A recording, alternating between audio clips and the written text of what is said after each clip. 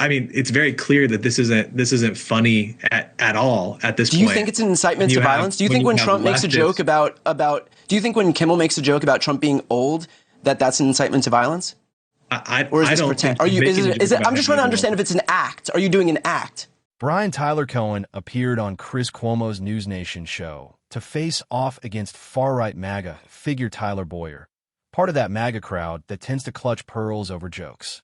We're going to break down some clips from this exchange, if you can even call it a real debate, between Brian Tyler Cohen and this MAGA representative. And yeah, I'll be sharing my own take along the way too. Let's dive into it together. What you should be able to do about Jimmy Kimmel, Tyler. Have the FCC review the licenses. They're pulling ads for him. Obviously, Kimmel's being targeted. Are you okay with it being done this way? Yeah, look, I mean, the FCC has a responsibility to make sure that the content that's delivered over public broadcast is deemed, within the bounds of less than irreprehensible. I think a lot of Americans are really offended by the type of rhetoric that Jimmy Kimmel has laid out. You mentioned what happened right after Charlie's death. I mean, literally, Disney has the ability to continue to employ somebody that really is probably going to be quite devastating for many of the jobs that you mentioned, for these people that work for Disney and work for ABC affiliates. But at the end of the day, the broadcast networks, Nexstar, that owns News Nation, you have, Sinclair, that clearly doesn't like this type of rhetoric. They're the ones that are going to be the ones that ultimately make the decision, regardless of what pressure is put on to them by the FCC. I'm with you, Tyler, with that second part. But now to the other Tyler, Brian Tyler Cohen. If News Nation, if Nexstar wants to make a move on me, that's their right. That's what I signed up for. ABC wants to make a move on Jimmy, that's their right. But if they're doing it because the FCC is going to pull their license if they don't, now we got a different situation. And that's clearly what's happening. And all of this pearl clutching and pretend fainting spells from the right, including my co-panelist here, over a joke that everybody's pretending not to understand. Donald Trump was making a joke about the fact that Jimmy Kimmel was making a joke about the fact that Trump is 23 years older than Melania. It's a joke that everybody who's acting in good faith very clearly understands. But they're all pretend. I mean, this is make believe. It's kayfabe. It's them pretending that he was inciting violence 3 days before this shooter came into the Hilton Hotel at the White House Correspondents' Dinner, because they're looking for any pretext to be able to attack comedians, which is especially ironic considering this is coming from the party that A, beat its chest about free speech over and over and over. God forbid they silence anybody. And B, this is supposed to be the party that supports the legalization of comedy. And yet now all of these people are going after Jimmy Kimmel. They're going after Stephen Colbert. I mean, if you don't like a joke, that's your prerogative. But the notion that you can sick the FCC on a comedian for the crime of telling a joke is really pretty embarrassing, especially considering the Republican Party was a movement that used to at least attack the left for being language police and stolts. Yeah. PC. They used to use it as a cudgel against you guys. And you heard what I said at the top. No disrespect to the First Lady. I get why she feels the way she does. She has every right to feel that way. I can't judge her feelings about what threatens her family, right? Those are her own. But I know what it's like to be targeted.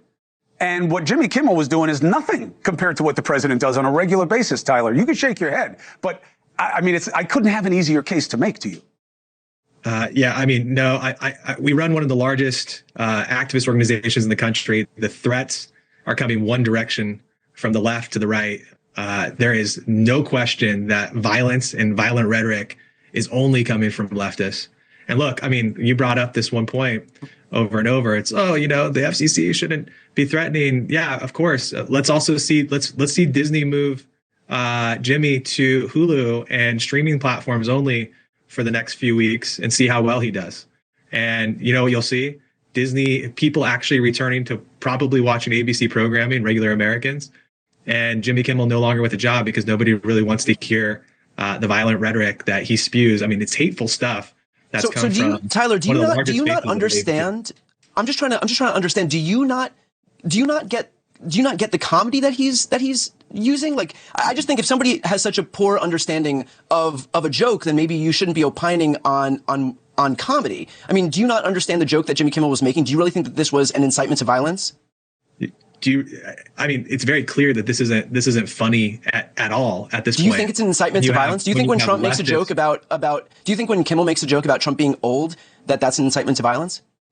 Or is I this don't pretend? think I'm just trying to understand if it's an act. Are you doing an act?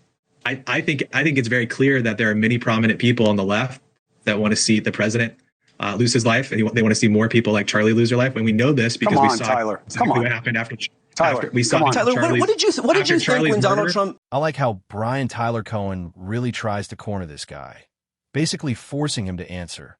Do you actually believe this stuff, or are you just putting on show? And honestly, the guy comes off more like a clown than anything else. Now, maybe he genuinely doesn't get what Jimmy Kimmel was saying in that moment. Maybe that confusion is real. But at the end of the day, that part almost doesn't even matter. What it really highlights is the bigger issue, that MAGA, as a movement, isn't offering anything substantial.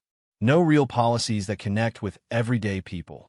You look at the broader picture, and a large chunk of Americans are just exhausted with Donald Trump and all the chaos tied to him.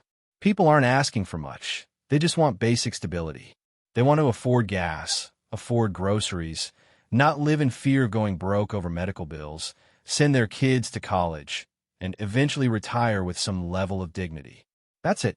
And when you don't have solid answers to those everyday concerns, what you fall back on, you get moments like this. Guys like the one here, tied to Charlie Kirk's circle, wearing a freedom hat while arguing against the very idea of it. It turns into this cycle of outrage, complaining, overreacting, and yes, clutching pearls over jokes. And look, even if you don't think Jimmy Kimmel is all that funny, he's more middle of the road as a comedian. That's not really the point. When the focus shifts to attacking comedians, to dissecting mild jokes, to getting visibly worked up over humor, it's usually a sign of something deeper. It starts to feel like the argument itself is slipping away. At that point, it's less about the joke and more about the fact that the narrative is starting to fall apart. We saw you believe that people in power, we saw Tyler? your side get up and applaud and laugh about his death. You think so? Yeah, I've seen firsthand more leftists threaten people on my side than any person on your side has ever received threats on our side. Let's say what did you think? What did you think when Donald Trump tweeted that he was glad Robert Mueller was dead? What did you think when he danced on the grave of Rob Reiner? I'm just curious.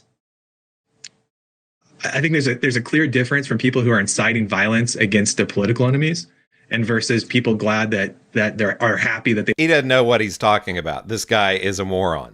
You don't have to deal with somebody anymore. I think that's the president. That was the Tyler, president. first of all, I think you're getting a little bit into a moral relativism that we should not be in the business of when we're judging state action. You can feel however you want about it. So can Brian. So can I. And that's okay. That's what we're all about, right? But what the state can do about it is the line. And I think if you're justifying, well, because I think the left is worse, it's good that the government uses its institutions and power to attack it back. That's not how the system's supposed to work. But we'll watch how it plays out. You're always welcome here to make the case. Thank you for being here. Brian Tyler Cohen, the same. Tyler Bowyer? Bauer. Boyer, Tyler Boyer, thank you very much. Appreciate you. BTC, appreciate you. 4 minutes and 30. Chris Cuomo couldn't even get the guy's name right. But honestly, that's not really the main issue here. What stands out is how clearly Brian Tyler Cohen dominated this exchange, metaphorically just wiping the floor with him. But more than anything, it highlights how disingenuous MAGA can be. And again, it's hard to tell whether this guy genuinely believes what he's saying or if he's just playing a role. He doesn't come across as particularly sharp or impressive for someone in that position, which, if anything, might say a lot about groups like Turning Point USA. If that kind of representation is the standard, it wouldn't be surprising to see it lose relevance over time. And Brian Tyler Cohen's point still stands strong. This whole situation started over a joke. We've seen time and time again that Donald Trump is one of the most thin-skinned political figures in modern history. Going back decades, it's hard to find someone at that level who reacts so strongly to even minor criticism or humor. And that attitude tends to echo across his base. There's this clear pattern. Jokes aimed at others, especially punching down, are treated as acceptable or even celebrated. But the moment the humor shifts upward toward leadership figures, it suddenly becomes a problem. That double standard is hard to ignore. And then you get contradictions like this guy arguing against government overreach, mentioning agencies like the FCC, while in the same breath suggesting platforms should sideline comedians like Jimmy Kimmel by moving them elsewhere. Whether he realizes it or not, That kind of argument leans into the very thing he claims to oppose. That's why moments like the one Tyler Cohen created are so effective. Just directly asking, do you actually believe what you're saying, or is this all performative? It's a simple question, but it cuts right to the core. And while you rarely get a straight answer, putting it out there forces people to think about the consistency of those arguments. Honestly, it's a strategy more commentators could use, just pressing for clarity in real time. Now I'm curious, where do you stand on this? Are you siding with Tyler Cohen or with this turning point representative? Drop your thoughts below. And if you enjoyed this breakdown, don't forget to like and subscribe.